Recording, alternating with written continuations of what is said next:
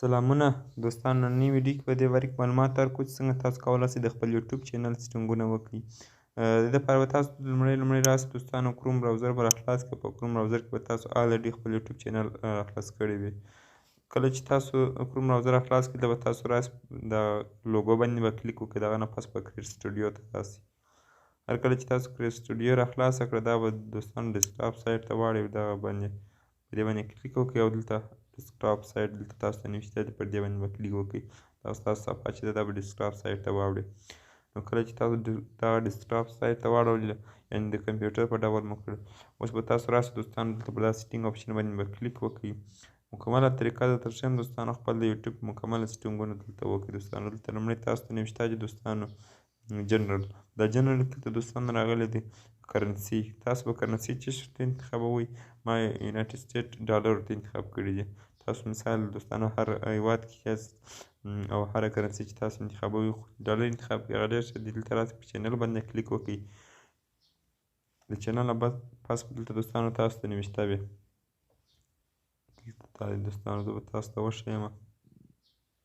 دلته تاسو ته نوشته دي کنټري اف ریسایډنس.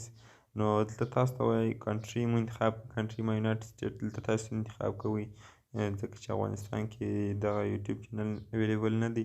نو تاسو به دلته یونایټډ سټیټ انتخابوئ یا کوم بله کنټري به انتخابوئ. دا نه پس دلته تاسو ته کیورډ نوشته دي دوستانو. دغه کیورډ به تاسو د خپل چینل اړوند کوم څه چې ستاسو چینل وي، ستاسو د چینل نیم او همدارنګه نور کیورډ به تاسو دلته استعمالوئ. دا د دې لپاره دی دوستانو چې بیا ستاسو چینل په رینکینګ کې راولي، یعنې مخته یې راولي. که څوک په دغه چینل مثال ته ما لیکلي دي ټیکنیکل افغان، په دې باندې کلیک وکړي او هغه به نور خلکو ته مخکې راوړي. نو دغه کیورډ دی چې ستاسو چینل مخکې راولي. د هغه نه پس به تاسو راسئ دوستانو، دلته تاسو ته نوشته دي اډوانس سیټینګ باندې به کلیک وکړئ. په اډوانس سیټینګ کې دوستانو کوم څه نشته. دلته تاسو ته نوشته دي وایي میډ فورکاسټ. آیا ستاسو ویډیو د کوچنیانو لپاره جوړې دي؟ که چیرې تاسو له 15 کالو کم کوچنیانو لپاره تاسو ویډیو تاسو جوړوئ نو هغه یس کړئ، که نه وي نو دوستانو. دلته بیا تاسو نوشته دي اټومیک کیپشن، دا هم نه دي ضروري دوستانو. دلته تاسو نوشته دي سبسکرایب اکاونټ. دا د دې لپاره دي دوستانو چې دا ستاسو سبسکرایبر بیا نورو ته معلومیږي. نو که چیرې تاسو دغه ټیک مارک علامه ووهئ بیا به نورو ته معلومیږي، او که چیرې نه ووهئ دا به نورو ته نه معلومیږي. خو ښه خبره دا ده چې لومړی ستاسو لومړی چینل وي، یعنې ستاسو چینل نوی وي، نو دغه سبسکرایبر یې له نورو څخه پټ کړئ. د هغه نه پس به تاسو دلته دوستانو راسئ دا فیوچر ایلیبیلیټي، په دې باندې به کلیک وکړئ.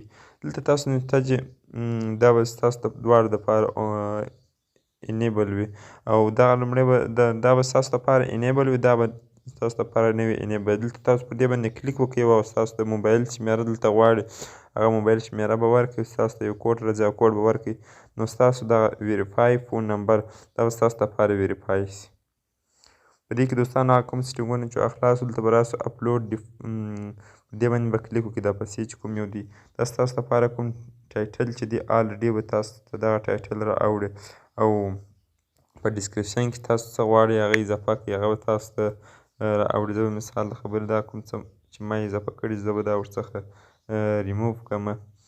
زه غواړم چې دغه ورڅخه ریموو کړم دوستانو، دغه به ورڅخه ریموو کړم.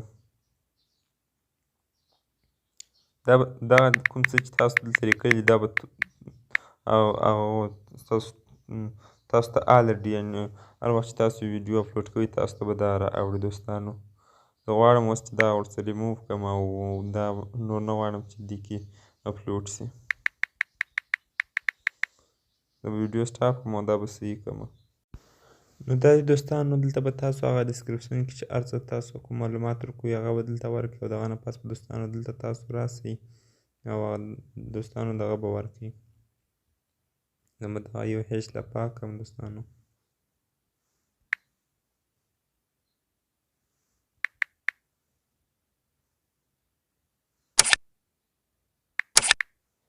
دغه نه پس به دلته تاسو ته ویزیبیلیټي نوشته وي، هغه به تاسو پبلیک کړئ دوستانو. دا چې پبلیک وي پرایویټ کې هم تاسو استعمالولی شئ، بل چاته نه ښکاري بیا.